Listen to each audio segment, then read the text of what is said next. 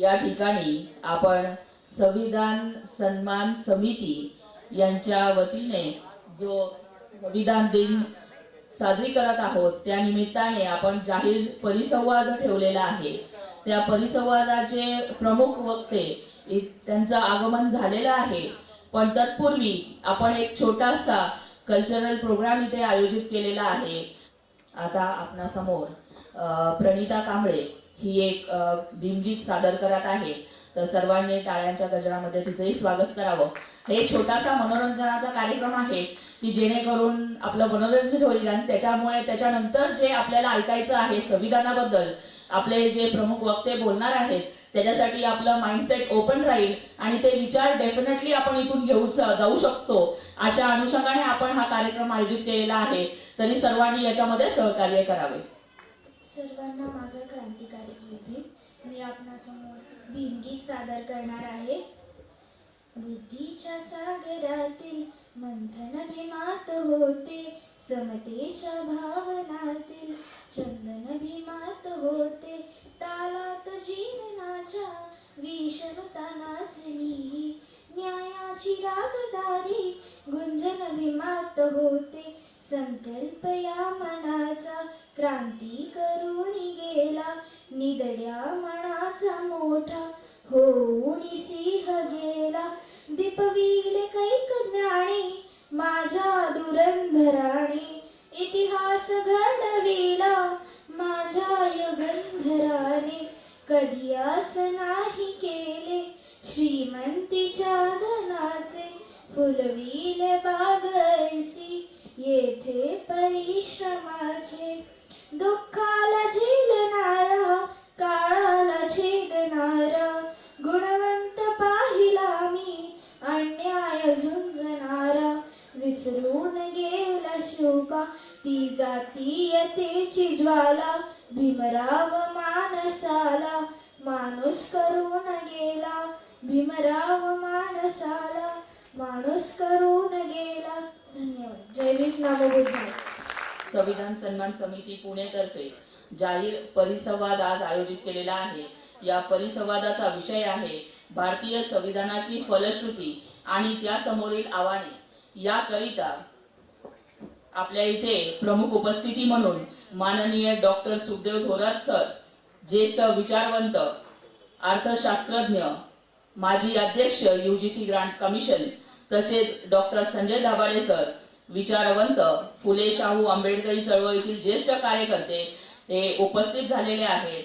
आणि या संविधान सन्मान समिती पुणे तर्फे निमंत्रक आहेत advocate social forum Pune, all India SC/ST railway employees association Pune, all India bank of India SC/ST OBC employees association, युगी सामाजिक प्रतिष्ठान, क्रांतिज्योती सावित्रीबाई फुले समता मंच, तसेच तथागत प्रतिष्ठान यांच्या वतीनं आयोजित केलेला हा कार्यक्रम आहे।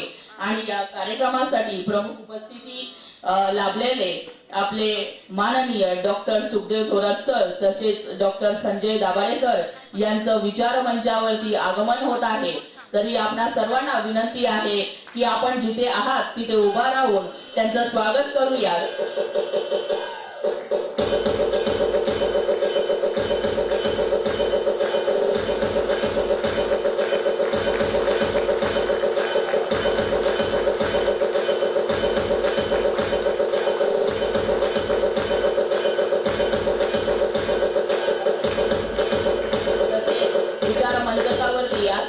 आंबेडकरी चळवळीतील ज्येष्ठ नेते वसंतमामा साळवेही दाखल झालेले आहेत, त्यांचंही टाळ्यांच्या गजरामध्ये स्वागत करूयात। आणि सर्व मान्यवरांना विनंती आहे की आपण स्थानापन्न व्हायचं आहे।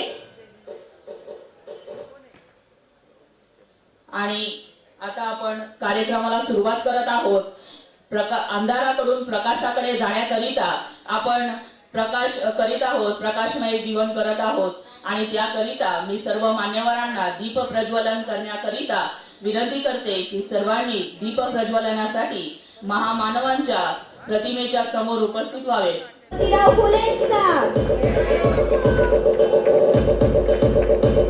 शिक्षणाचा पाया रचणारे महात्मा ज्योतिराव फुलेंचा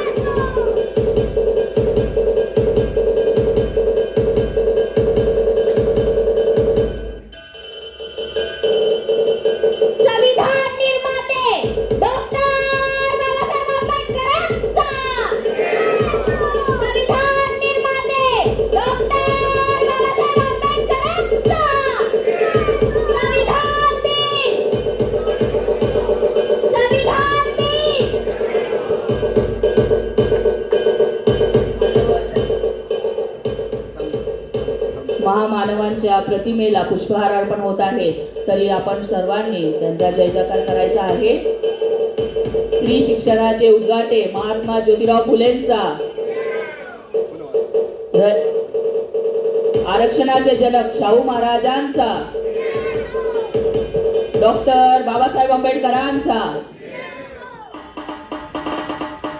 सर्व मान्यवरांना विनंती आहे की आपण स्थानापन्न व्हायचं आहे.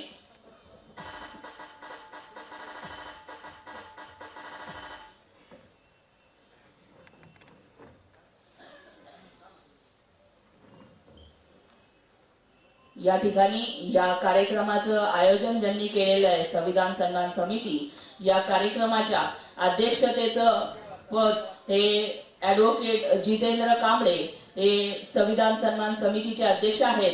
त्यांना मी विनंती करते की त्यांनी या कार्यक्रमाचं अध्यक्षपदाचा स्वीकार करावा.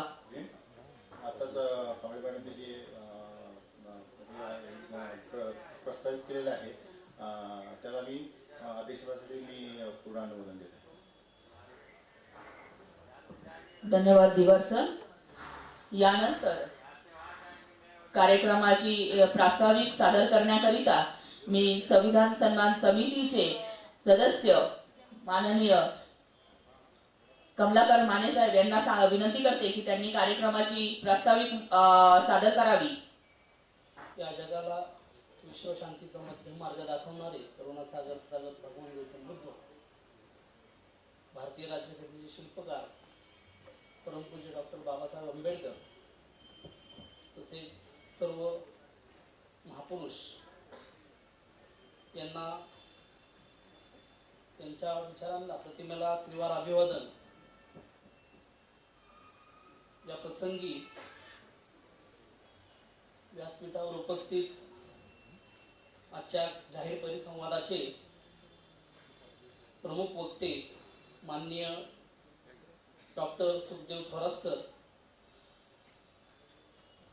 पद्मश्री डॉक्टर सुखदेव थोरात सर, जे ज्येष्ठ विचारवंत, अर्थशास्त्रज्ञ व विद्यापीठ अनुदान आयोग भारत सरकार याचे माजी अध्यक्ष आहेत. तसेच आजच्या कार्यक्रमाचे मार्गदर्शक डॉक्टर संजय दाभाडे सर, जे फुलेशाह आंबेडकरी चळवळीतील ज्येष्ठ कार्यकर्ते आहेत. या परिसंवादासाठी आजचा विषय भारतीय संविधानाची फलश्रुती आणि त्यासमोरील आव्हाने. या कार्यक्रमासाठी संविधान सन्मान समिती तसेच या कार्यक्रमाचे संविधान समितीचे निमंत्रक advocate social forum Pune, all India SC/ST railway employees association, युगी सामाजिक संस्था, क्रांतिज्योती सावित्रीबाई फुले समता मंच तसेच तथागत प्रतिष्ठान यांनी या कार्यक्रमाचं आयोजन केलेलं आहे. या प्रसंगी आपण पुणे शहरातले सर्व ज्येष्ठ कार्यकर्ते, तरुण कार्यकर्ते, माता भगिनी, सर्व उपस्थित मान्यवर या सर्वांचं संविधान समितीमार्फत स्वागत करतो. संविधान समितीने 26 नोव्हेंबर ते 26 जानेवारी हा 2 महिन्याचा जो कालावधी आहे, या 2 महिन्याच्या कालावधीमध्ये संविधानाचं जनजागृती करण्याचा दरवर्षी प्रामाणिक प्रयत्न करीत आहे. आणि त्याचाच एक भाग म्हणून आजच्या या वर्षीच्या कार्यक्रमाचं हे पहिलं पुष्प आज या ठिकाणी आपण घुमतो आहे. या कार्यक्रमामध्ये शहरामधील आंबेडकरी चळवळीमध्ये जे कार्यकर्ते, जे मान्यवर आंबेडकरी चळवळ गतिमान करण्याचा, या संविधानाचं तंतोतंत पालन करून त्याचा प्रचार प्रसार करण्याचा प्रामाणिकपणे प्रयत्न करतात, अशा प्रमुख कार्यकर्त्यांचं या ठिकाणी संविधान सन्मान पुरस्कार सोहळा देखील आयोजित करण्यात आलेला आहे. संविधान समितीमार्फत आज या संविधान सभेचं आयोजनचा हेतू या ठिकाणी मी सांगू इच्छितो. लोकशाहीवर निष्ठा ठेवून प्रत्येक नागरिकामध्ये समता, स्वातंत्र्य, बंधुभाव ही मूल्ये वाढीस लागावी व राष्ट्रीय एकात्मता बळकट व्हावी या हेतूने संविधान समिती हे अभियान राबवत आहे. त्याचबरोबर संविधानातील मौलिक तत्व, संविधानिक अधिकार, हक्क, नागरी कर्तव्य याबाबत जागृती व्हावी यासाठी संविधान समिती हे अभियान राबवत आहे. संविधान हे भारतीयांच्या उन्नतीचे व हक्क अधिकाराचे कवच कुंडले असल्यामुळे त्याची जागृती, त्याचा प्रचार तसेच त्याचं रक्षण हे व्हावं आणि त्याच्यामध्ये जागृती निर्माण व्हावी ह्या प्रामाणिक हेतूने संविधान समिती आजवर काम करत आहे. त्यासाठी या 2 महिन्याच्या अभियानामध्ये पुणे शहरातील शाळा असतील, महाविद्यालय असतील, समाज मंदिरं असतील, बुद्धविहार असतील, वस्त्या असतील, यामध्ये संविधान समितीमार्फत जनजागृतीचं काम सुरू आहे. आणि यासाठी संविधान समजून घेणे, त्याच्यातले अनेक महत्त्वपूर्ण तरतुदी साध्या सोप्या शब्दात लोकांपर्यंत पोहोचवणे यासाठी संविधानाचे अभ्यासक व तज्ज्ञ मान्यवर यांना या ठिकाणी आपण निमंत्रित केलेले आहे. आणि त्यामुळं आजचा हा विषय आपण ठेवलेला आहे की भारतीय संविधानाची फलश्रुती आणि त्यासमोरील आव्हाने. आणि यासाठी आजचे प्रमुख वक्ते मार्गदर्शन करणार आहेत. तर मी या ठिकाणी जास्त वेळ न घेता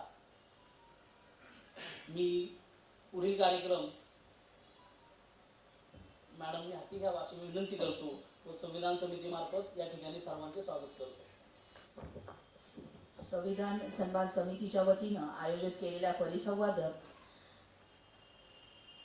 भारतीय संविधानाची फलश्रुती आणि त्यापुढील आव्हाने या विषयावरती आपल्या समोर विचार मांडण्याकरिता आपल्यामध्ये उपस्थित आहेत डॉक्टर संजय दाभाडे सर.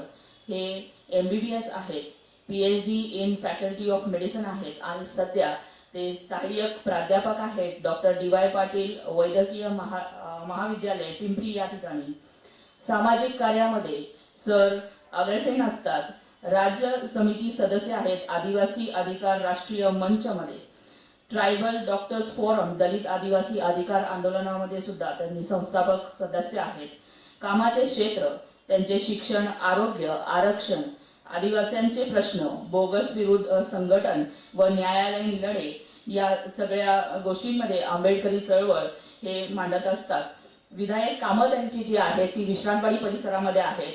रयत भवन त्यांचे तिथे चालू आहे जिथे कष्टकरी महिलांना मोफत आरोग्य तपासणी केली जाते.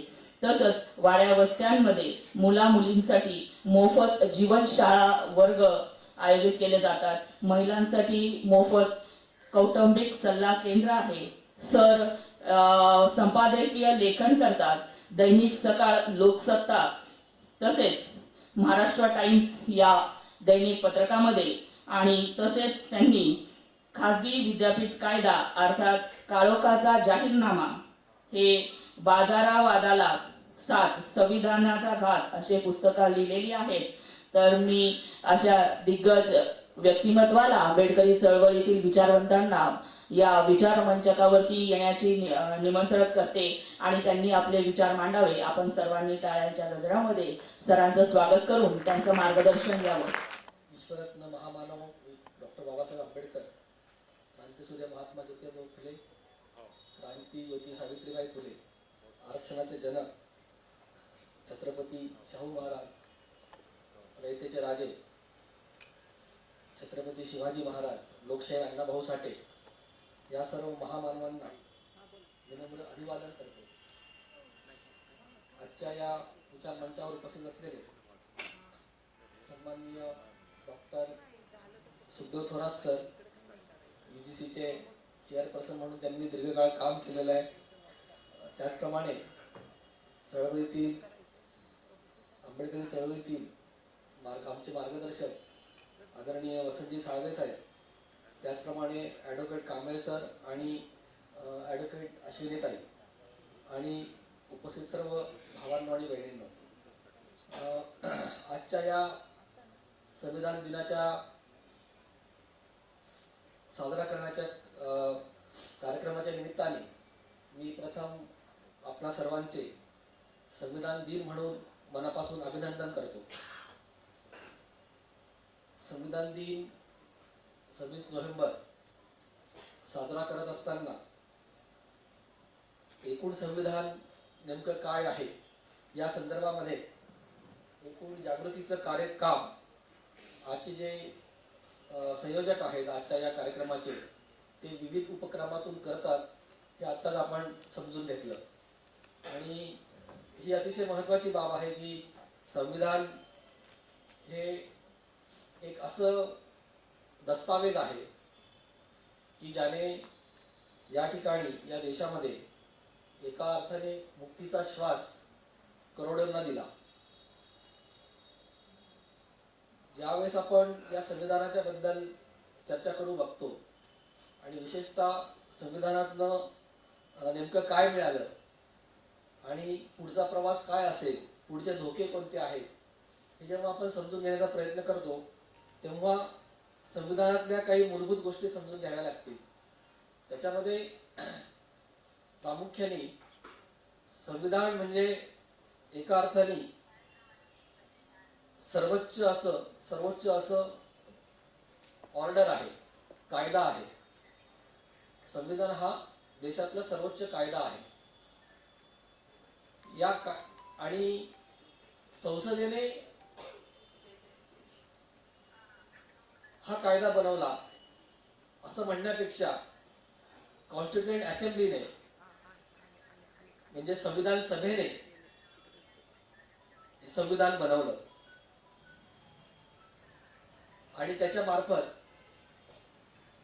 एकूण शासनाचे जे 3 अंग असतात, ज्याला आपण कायदेमंडळ, विधिमंडळ, न्यायपालिका आणि सरकार, शासन, या 3 गोष्टींची, संस्थांची निर्मिती संविधानाच्या मार्फत झाली.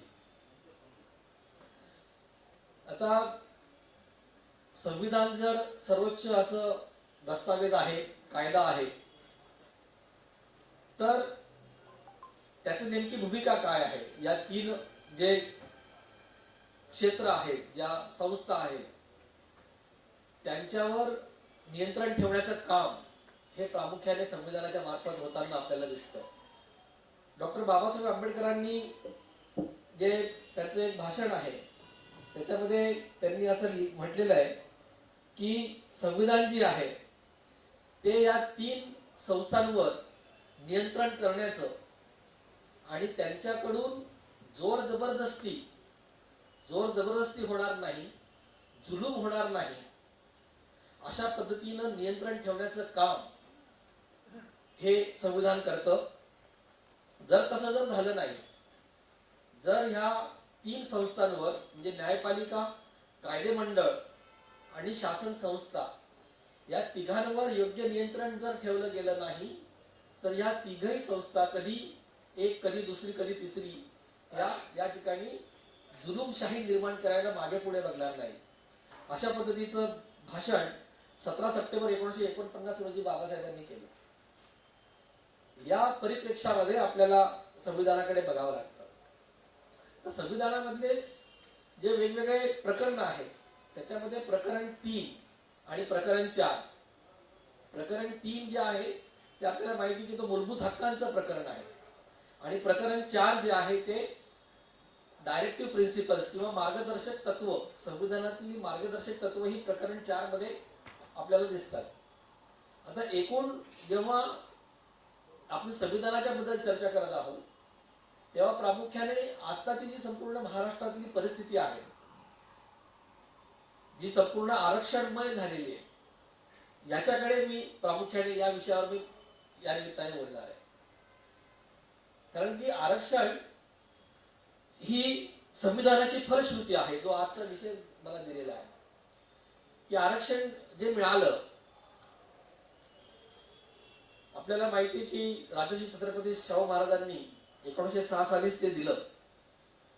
1935चा जो भारताचा जो कायदा आहे त्याच्यामध्ये त्याची काही तरतूद झाली आणि अर्थातच 1931-32चा जो पुणे करार आहे त्याच्यामध्ये त्याची मुहूर्तमेढ झाली असं आपल्याला दिसतं.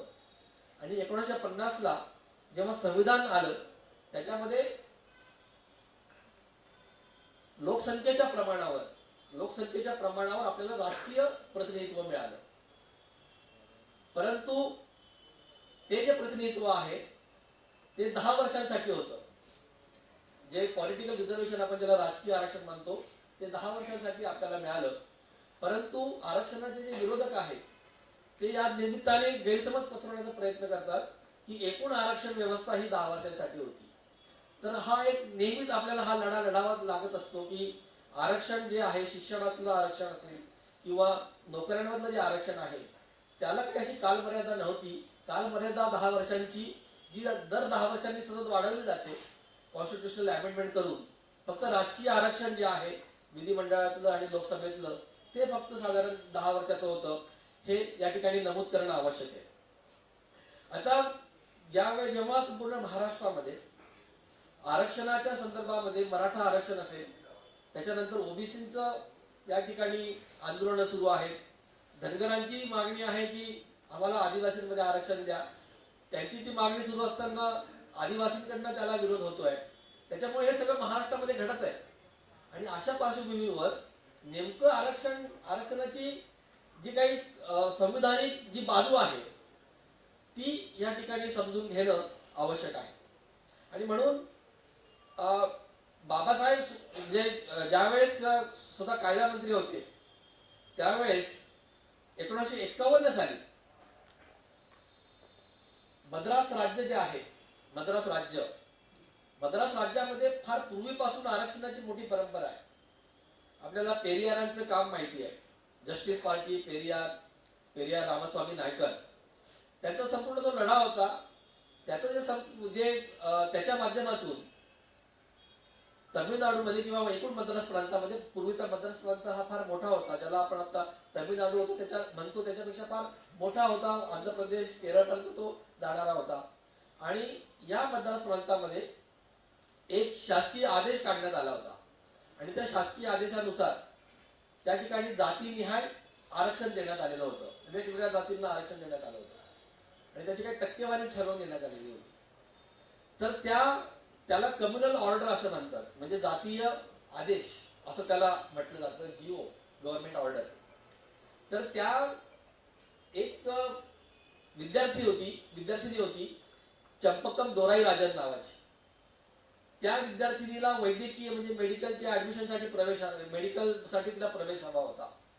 आणि तिचं असं म्हणणं होतं की ही जी सरकारचं जी कम्युनल ऑर्डर आहे त्याच्यामुळे तिला या ठिकाणी ऍडमिशन मिळत नाहीये. त्याच्यामुळे तिने कोर्टामध्ये चॅलेंज केलं आणि सर्वोच्च न्यायालयाने तिच्या बाजूने निकाल दिला. आणि जी आरक्षण देण्याची जी व्यवस्था होती जो आदेश होता मद्रास प्रांताचा तो सर्वोच्च न्यायालयाने रद्द ठरवला. आता त्या मद्रास प्रांताचे जे सरकार होतं त्यांनी त्यावेळेस असं युक्तिवाद केले आणि सांगितले की संविधानातलं कलम 46 जे आहे ज्याच्या माध्यमातून असं लिहिलेलं आहे त्या कलम 46 मध्ये की एकूण जो अनुसूचित जाती शेड्यूल्ड कास्ट आणि शेड्यूल्ड ट्राईब यांच्या आर्थिक आणि शैक्षणिक विकासासाठी उन्नतीसाठी राज्य संस्था विशेष प्रयत्न करेल असं त्याच्यामध्ये नमूद आहे. अर्थात मी मगाशी सांगितल्याप्रमाणे प्रकरण 3 जे आहे संविधानातलं प्रकरण 3 जे आहे ज्याच्यामध्ये वेगवेगळे कलम येतात 13, 14, 15, 16 ही समतेचे तत्व सांगणारी कलम येतात. विशेषतः 14, 15 आणि 16. आणि त्याच्यानंतर हे जे मार्गदर्शक तत्व आहे ज्याला आपण डायरेक्टिव्ह प्रिन्सिपल्स असे म्हणतो त्या मार्गदर्शक तत्वांमध्ये मग हे कलम 46 येतं. तर सर्वोच्च न्यायालयाचं असं म्हणणं पडलं की मार्गदर्शक तत्व जी आहेत मार्गदर्शक तत्व ही नॉट एन्फोर्सिबल आहे. म्हणजे ते जस्टिसायबल नाहीये. याचा अर्थ असा की फंडामेंटल राईट जे आहेत म्हणजे मूलभूत हक्क जे आहेत, मूलभूत हक्काची जर पूर्तता होत नसेल तर त्याच्यासाठी तुम्ही न्यायालयामध्ये दाद मागू शकतात. परंतु मार्गदर्शक तत्वांमध्ये ज्या तरतुदी आहेत त्यांची परिपूर्ती करण्यासाठी तुम्ही न्यायालयामध्ये दाद मागू शकत नाही. अशा पद्धतीची जी भूमिका आपल्याला याच्यामध्ये संविधानामध्ये पण ती भूमिका आहे. परंतु बाबासाहेबांनी त्याविषयी स्पष्ट सांगून ठेवलेलं आहे की डायरेक्टिव्ह प्रिन्सिपल्स आणि फंडामेंटल राईट्स याच्या संदर्भात जेव्हा चर्चा झाली तेव्हा जी संविधान सभेमधली चर्चा आहे त्यावेळेस बाबासाहेबांच्यावर असे आरोप करण्यात आले की तुम्ही एकीकडे स्टेट अँड मायनॉरिटीज नावाचं तुम्ही पुस्तक लिहिलं, ग्रंथ लिहिला, त्याच्यामध्ये तुम्ही सामाजिक आणि आर्थिक जे हक्क आहेत, सामाजिक आणि आर्थिक हक्क जे आहेत त्यांची ते गरजेचे आहे. म्हणजे ज्याप्रमाणे भाषणाचं स्वातंत्र्य महत्वाचं आहे, ज्याप्रमाणे इतर जे स्वातंत्र्य, मूलभूत स्वातंत्र्य जी आहेत ती महत्वाची आहेत, त्याचप्रमाणे किंबहुना ते स्वातंत्र्याचा जर उपभोग घ्यायचा असेल तर तुम्हाला सामाजिक आणि आर्थिक न्यायाची तरतूद करावी लागेल. ते झाल्याशिवाय तुम्हाला मूलभूत हक्क जे आहेत स्वातंत्र्यापासून इतर सगळे, जीविताचे स्वातंत्र्य असतील, जीविताचा हक्क असेल, राईट टू लाईफ असेल, त्याशिवाय तुम्ही ते एन्जॉय करू शकत नाही. असं बाबासाहेबांचं जे म्हणणं आहे तेच अधोरेखित करण्यात आलं संविधान सभेच्या त्या चर्चेच्या दरम्यान. आणि बाबासाहेबांवर असा आरोप करण्यात आला की तुम्ही जे मार्गदर्शक तत्व जी आहेत, मार्गदर्शक तत्वांना तुम्ही दुय्यम स्थान देत आहात, त्याची जर पूर्ती होत नसेल तर न्यायालयात जाता येणार नाही, अशा पद्धतीचं तुम्ही त्या ठिकाणी भूमिका घेतलेली. त्यावेळेस बाबासाहेबांनी जे उत्तर दिले ते फार महत्वाचं आहे. बाबासाहेबांनी सांगितलं की ही सगळं काम आता आपल्याला करायचं नाहीये. हे ज्या ज्या पिढ्या आहेत, ज्या ज्या नवीन पिढ्या येतील, आपण संपूर्ण एक विचारसरणी घेऊन आत्ताचं आर्थिक धोरण ठरवायचं नाहीये. हे त्या त्या काळातली जी व्यवस्था असेल, जे लोक असतील ते त्याविषयी निर्णय घेतील. आणि सर्वात महत्वाचं म्हणजे हे जरी मार्गदर्शक तत्व असली तरीही त्यांच्या प्रकाशामध्ये शासन संस्था जी असेल त्यांनी काम करायला पाहिजे, त्याच्यातून प्रेरणा घेतली पाहिजे या मार्गदर्शक तत्वातून, आणि त्याप्रमाणे वेगवेगळे धोरणं, वेगवेगळे कायदे हे केले पाहिजेत, असं बाबासाहेबांचं त्या एकूण मार्गदर्शक तत्वांच्या बाबत बाबासाहेबांची ही भूमिका होती. परंतु म्हणजे एका अर्थाने काही लोकांचं असं म्हणणं होतं की मार्गदर्शक तत्व एका अर्थाने संविधानामध्ये एक अपेंडिक्स सारखं आहे, ज्याची तशी फारची गरज नाही. कारण की त्याच्या पूर्ततेसाठी तुम्ही न्यायालयात जाऊ शकत नसाल तर मग त्याला अर्थच राहत नाही. अशा पद्धतीची ती भूमिका बाबासाहेबांच्या भूमिकेच्या विरोधात घेण्यात आली होती. आणि त्याच पद्धतीने मग त्या कालखंडामध्ये, पहिल्या दशकाच्या कालखंडामध्ये सर्वोच्च न्यायालयाने सुद्धा अशीच भूमिका घेण्याचा प्रयत्न केला. मी मगाशी सांगितलं त्याप्रमाणे चंपकम दोराई राजन जी केस आहे त्याचा निवाडा करताना जेव्हा मार्गदर्शक तत्वांचा उल्लेख मद्रास सरकारने केला, ते मात्र सर्वोच्च न्यायालयाने ऐकलं नाही, ते खारिज केलं, ते फेटाळून लावलं. आणि एका अर्थाने मार्गदर्शक तत्वांचं जे महत्व बाबासाहेबांनी अधोरेखित केलं ते मात्र सर्वोच्च न्यायालयाने समजून घेतलं नाही चंपकम दोराई राजन केसमध्ये. आणि त्याच्यामुळे मग जी पहिली संविधान घटना दुरुस्ती झाली, भारतातली जी पहिली घटना दुरुस्ती झाली, त्याच्या पाठीमागचे जे अनेक कारण होते, त्याच्यामध्ये जमीन सुधारणा कायदा जे आहे, म्हणजे ज्या जमिनी आहेत त्या जमिनींचं पुनर्वाटप करणं, याच्यासाठी देशभरामधले वेगवेगळी राज्य सरकार कायदे करत होते. त्या कायद्यांना सर्वोच्च न्यायालय धाब्यावर बसवत होतं, ती गुंडाळून टाकत होतं, ते रद्द केले जात होते.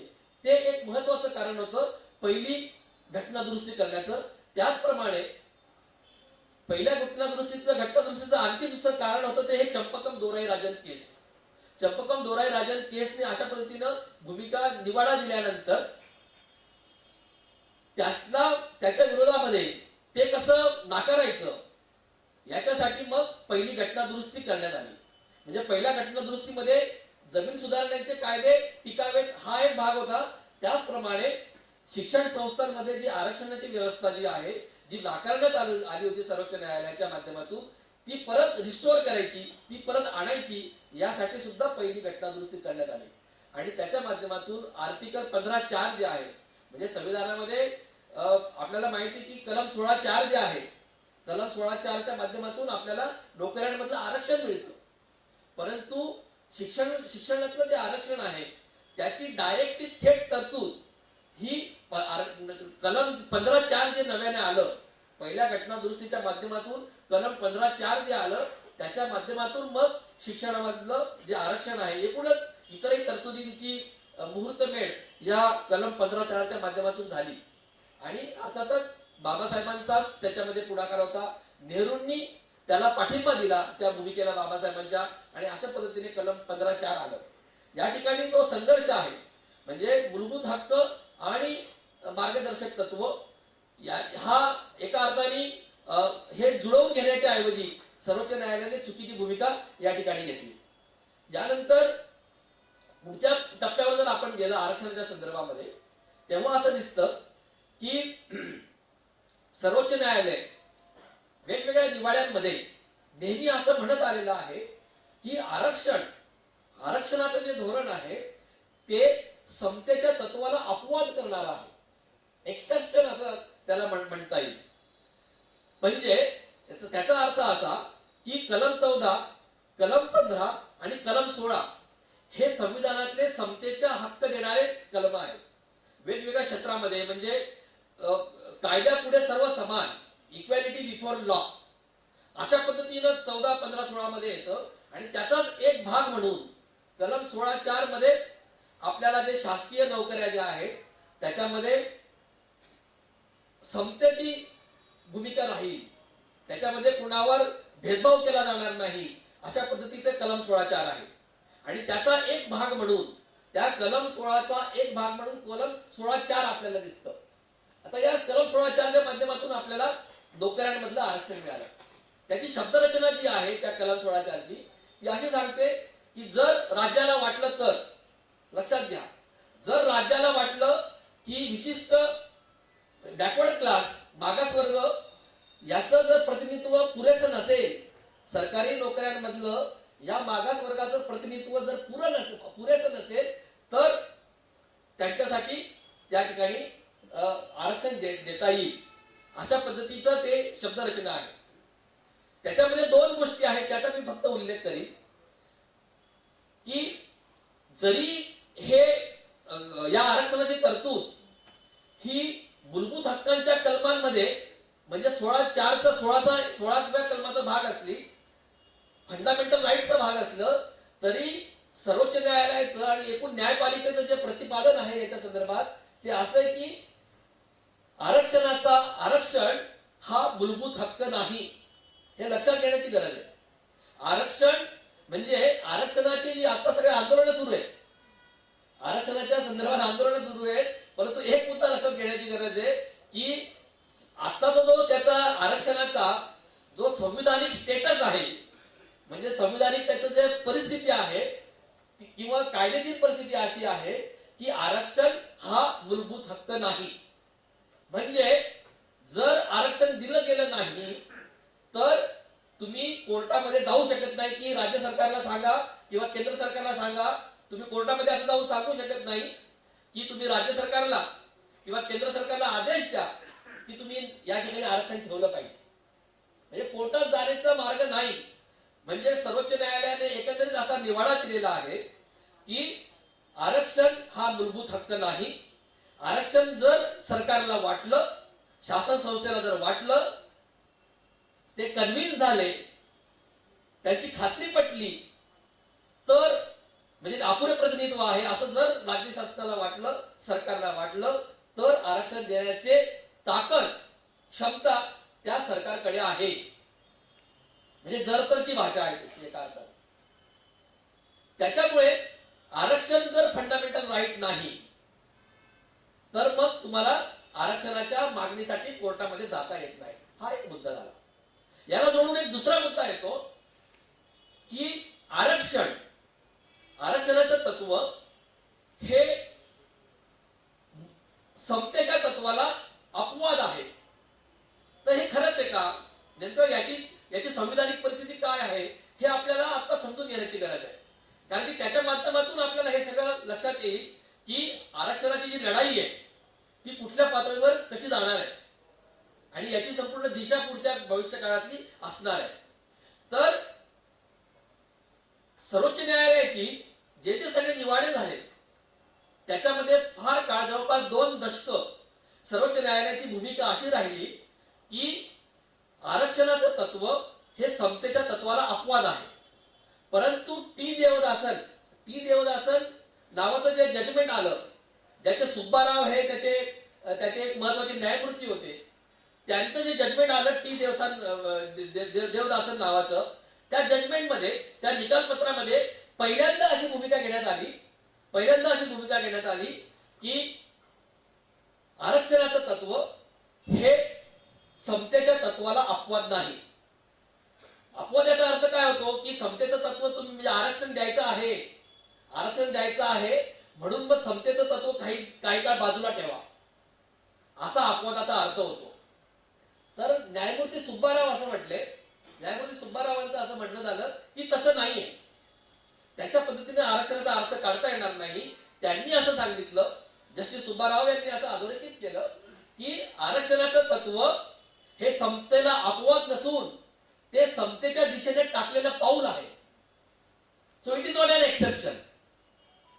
एम्पॅथेटिक प्रोसेस आहे की ज्याच्या माध्यमातून तुम्ही एकीकडे जे मार्गदर्शक तत्व जे आहे, मी मगाशी सांगितलं की कलम 46 मध्ये सांगितलं की तुम्हाला अनुसूचित जाती आणि जमातींच्या आर्थिक आणि शैक्षणिक उन्नतीसाठी तुम्हाला विशेष तरतुदी करता येतील.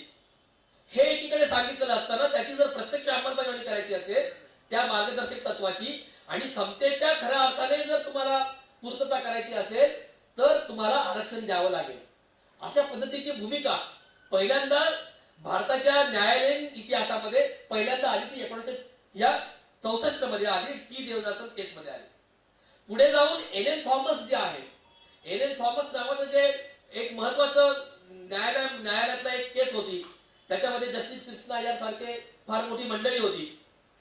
त्याच्यामध्ये परत हाच मुद्दा समोर आला आणि त्याच्या माध्यमातून हे सांगण्यात आलं की आरक्षण हे काही अपवाद नाही, तर आरक्षण हे एका अर्थाने समतेचंच पूर्तता आहे, समतेच्या तत्वाची पूर्तता आहे. त्याच्यानंतर आपल्याला माहिती आहे की इंदिरा साहनी जे निकालपत्र आहे, इंदिरा साहनी जजमेंट, ज्याला आपण मंडल आयोगाचं निकालपत्र असं म्हणतो, 1991 साली ते आलं. व्हीपी सिंग यांनी मंडल आयोग लागू केला आणि मग त्याला सर्वोच्च न्यायालयामध्ये चॅलेंज करण्यात आलं आणि त्याच्या माध्यमातून 1991 साली हे 9 जजेसचं, ज्याच्यामध्ये एक आपले महाराष्ट्राचे महत्वाचे न्यायमूर्ती जस्टिस पी सावंत होते, हे 9 जजेसचं संविधान पीठ याने ते मंडल आयोगाचं जजमेंट दिलं आणि त्याच्या माध्यमातून परत हाच मुद्दा अधोरेखित झाला की सर्व हे आरक्षणाचं तत्व हे अपवाद नाही, तर समतेच्या दिशेने टाकलेलं पाऊल आहे, समतेची पूर्तता आहे.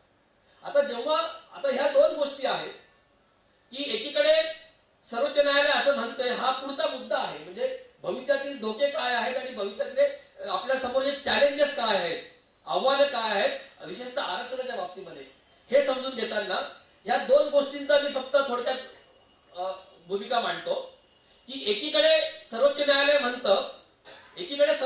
म्हणतं की आता आरक्षण हे अपवाद नाही, समतेच्या तत्वासाठी अपवाद नाही, आणि दुसरीकडे मी मगाशी सांगितलं त्याप्रमाणे सर्वोच्च न्यायालयच पुन्हा पुन्हा असं म्हणतं की आरक्षण हे फंडामेंटल राईट नाही, आरक्षण हा मूलभूत हक्क नाही.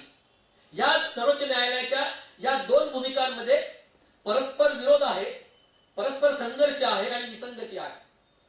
ही विसंगती नेमकेपणाने अधोरेखित करण्याची गरज आहे, ज्याच्या माध्यमातून आपल्याला पुढच्या काळामध्ये या विषयावर न्यायालयीन लढा सुद्धा आपल्याला करण्याची गरज आहे.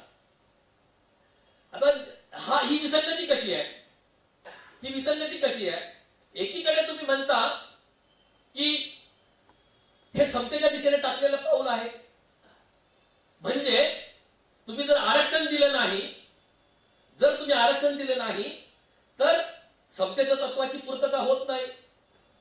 जर तुम्ही आरक्षणाची व्यवस्था दिली नाही तर तुम्ही समतेकडे पाऊल टाकत नाही, म्हणजे समतेच्या दिशेने तुम्ही जात नाही. म्हणजे जर तुम्हाला समतेकडे जायचं असेल तर तुम्हाला आरक्षण दिलं पाहिजे. म्हणजे याचा अर्थ असा की जर राईट टू इक्वॅलिटी, समतेचा हक्क हा जर मूलभूत हक्क आहे, त्याची जर परिपूर्ती करायची असेल तर तुम्हाला आरक्षण दिलं पाहिजे. म्हणजे जर आरक्षण दिलं गेलं नाही म्हणजे याचा पुढचा मुद्दा असा येतो, म्हणजे जर आरक्षण दिलं गेलं नाही तर मला जर वाटलं की माझ्यावर अन्याय होतो आहे आणि मला आरक्षण दिलं नाही म्हणून अन्याय होतोय, तर मी उच्च न्यायालयाचे किंवा सर्वोच्च न्यायालयाचे दरवाजे ठोठावू शकतो. याचा अर्थ संविधानाच्या आत्ताचा जर स्टेटस बघितला, आरक्षणाचा लीगल स्टेटस जर बघितला, तर एका अर्थाने आरक्षण हा फंडामेंटल राईट, मूलभूत हक्क आहे. ही चर्चा पुढे नेण्याची गरज आहे. आणि त्याच्यासाठी मला वाटतं की न्यायालयाच्या पातळीवर आपण या गोष्टीवर चर्चा केली पाहिजे.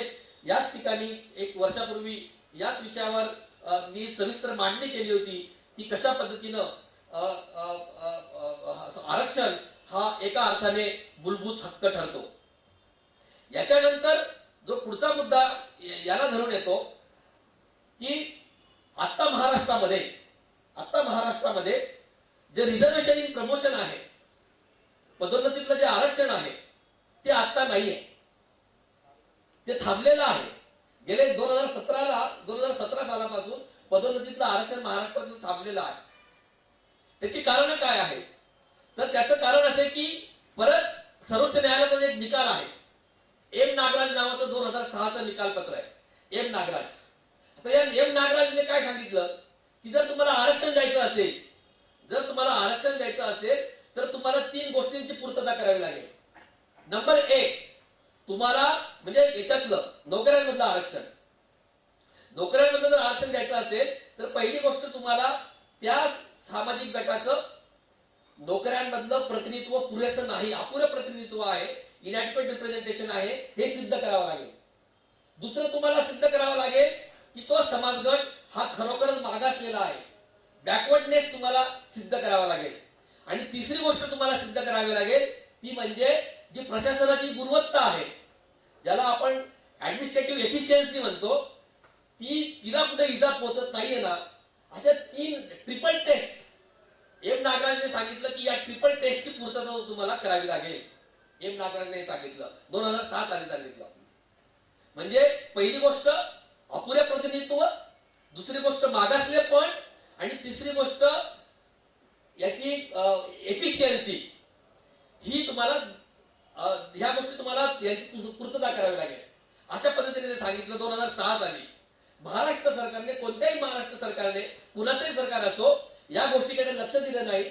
आणि शेवटी 2017 साली हे जे खुल्या वर्गातली मंडळी होती, सवर्ण मंडळी होती, त्यांनी हायकोर्टात चॅलेंज केलं, सुप्रीम कोर्टात चॅलेंज केलं आणि या ट्रिपल टेस्टची पूर्तता महाराष्ट्र सरकारने केलेली नाही, म्हणून पदोन्नतीतलं आरक्षण सुद्धा तुम्हाला देता येणार नाही अशी भूमिका त्याच्यामधून समोर आली. आता ही जी ट्रिपल टेस्ट आहे, मराठा आरक्षणाच्या निमित्ताने सुद्धा हा मुद्दा आहे, लक्षात घ्यायला पाहिजे. मराठा आरक्षणाच्या निमित्ताने सुद्धा हा मुद्दा येतो की मराठा आरक्षण सर्वोच्च न्यायालयाने फेटाळलं, त्याच्या पाठीमागे सुद्धा हेच कारण आहे की तुम्हाला इनॅडिक्वेट, म्हणजे जो गायकवाड समितीचा अहवाल आहे, गायकवाड समितीचा अहवाल महाराष्ट्र सरकारने मराठा आरक्षणासाठी तयार केला, परंतु त्याच्यामधून असं सर्वोच्च न्यायालयाने असं सांगितलं की गायकवाड समितीचा जो अहवाल आहे त्याच्यात असं दिसतं की मराठा समाजाचं जे नोकऱ्यांमधलं प्रतिनिधित्व आहे ते पुरेसं आहे. दुसरीकडे त्यांनी तर सांगितलं की बॅकवर्डनेस जो आहे, बॅकवर्डनेसचा तर मराठा समाजाच्या बाबतीत मुद्दाच येत नाही, मागासलेपणाचा. तर या ट्रिपल टेस्ट ज्या आहेत, त्या ट्रिपल टेस्ट ह्या महत्वाच्या ठरत आहेत एकूण आरक्षणाच्या या चर्चेमध्ये. आणि आता सुद्धा जे सगळं मराठा समाजाचं जे आंदोलन सुरू आहे महाराष्ट्रामध्ये, काही झालं, किती आंदोलन झाली, किती मोठमोठ्या सभा झाल्या, तरी सुद्धा न्यायालयाची जी सत्व परीक्षा आहे, या सत्व परीक्षेमध्ये ह्या 3 प्रश्नांची उत्तरं, या 3 चाचण्या ज्या आहेत, या 3 चाचण्यांची पूर्तता केल्याशिवाय मराठा समाजाला आरक्षण मिळू शकत नाही. याच्यामध्ये एक परत भेदभाव आहे, तेवढा मी सांगतो आणि थांबतो. काय भेदभाव आहे, काय भेदभाव होतोय की नरेंद्र मोदींनी इकॉनॉमिकली विकर सेक्शन, EWS म्हणजे सवर्ण गरिबांसाठी, लक्षात घ्या, त्या आरक्षणामधून एससी जे सवर्णांचं जे आरक्षण EWS कोटा जो आहे ते सरळ सवर्ण आरक्षण आहे. त्याच्यामध्ये असं म्हटलेलं आहे, ज्यांना आधीपासून आरक्षण आहे त्यांना याच्यातून वगळण्यात येईल. म्हणजे याचा अर्थ ईडब्ल्यूएस कोटा जो आहे 10%, हा सरळ सरळ सवर्ण कोटा आहे. त्याच्यामध्ये एका न्यायमूर्तींनी एक वेगळं निकालपत्र विरोधात दिलं होतं. त्यांनी सांगितलं की नाही, हे ज्यांना आता सध्या आरक्षण मिळतं त्यांना सुद्धा या 10%चा लाभ मिळाला पाहिजे, असं भूमिका घेऊन त्यांनी स्वतंत्र निकालपत्र त्या ठिकाणी दिलं. परंतु मला सांगायचा मुद्दा, फक्त अधोरेखित करण्याचा मुद्दा एवढाच आहे की ईडब्ल्यूएस आरक्षण देताना ही ट्रिपल टेस्ट आहे. एम नागराजने जी ट्रिपल टेस्ट दिली, तुम्हाला मागासले पण सिद्ध करायला पाहिजे त्या वर्गाचं, तुम्हाला त्यांचं अपुरं प्रतिनिधित्व नोकऱ्यांमध्ये सिद्ध केलं पाहिजे, आणि एफिशियन्सी म्हणजे कार्यक्षमतेचा मुद्दा, या ट्रिपल टेस्टचा कुठलाही विचार त्याच्यामध्ये झालेला नाही. संविधानाची दुरुस्ती झाली, संविधानाच्या दुरुस्तीतून हे 10% आरक्षण ईडब्ल्यूएस कोटा मिळाला सवर्णांना. परंतु जेव्हा ते सर्वोच्च न्यायालयामध्ये चॅलेंज झालं, ईडब्ल्यूएस कोट्याला सर्वोच्च न्यायालयामध्ये आव्हान देण्यात आलं, त्यावेळेस ते आव्हान दिल्यावर सर्वोच्च न्यायालयाने या ट्रिपल टेस्टचा कुठेही संदर्भ घेतलेला नाही. म्हणजे एकीकडे तुम्ही एससी एसटी एनटी ओबीसी यांच्यासाठी आणि इव्हन मराठ्यांसाठी सुद्धा तुम्ही ट्रिपल टेस्ट लावता, आणि दुसरीकडे मात्र तुम्ही ईडब्ल्यूएस आरक्षण देताना या सगळ्या आधीच्या महत्वाच्या निकालपत्रांचा किंवा निकषांचा तुम्ही कोणताही विचार केला नाही. त्याच्यामुळे हे एका अर्थाने विसंगती ही आपल्याला न्यायालयीन पातळीवर, न्यायालयीन जजमेंटच्या पातळीवर आपल्याला या ठिकाणी अधोरेखित होताना दिसते.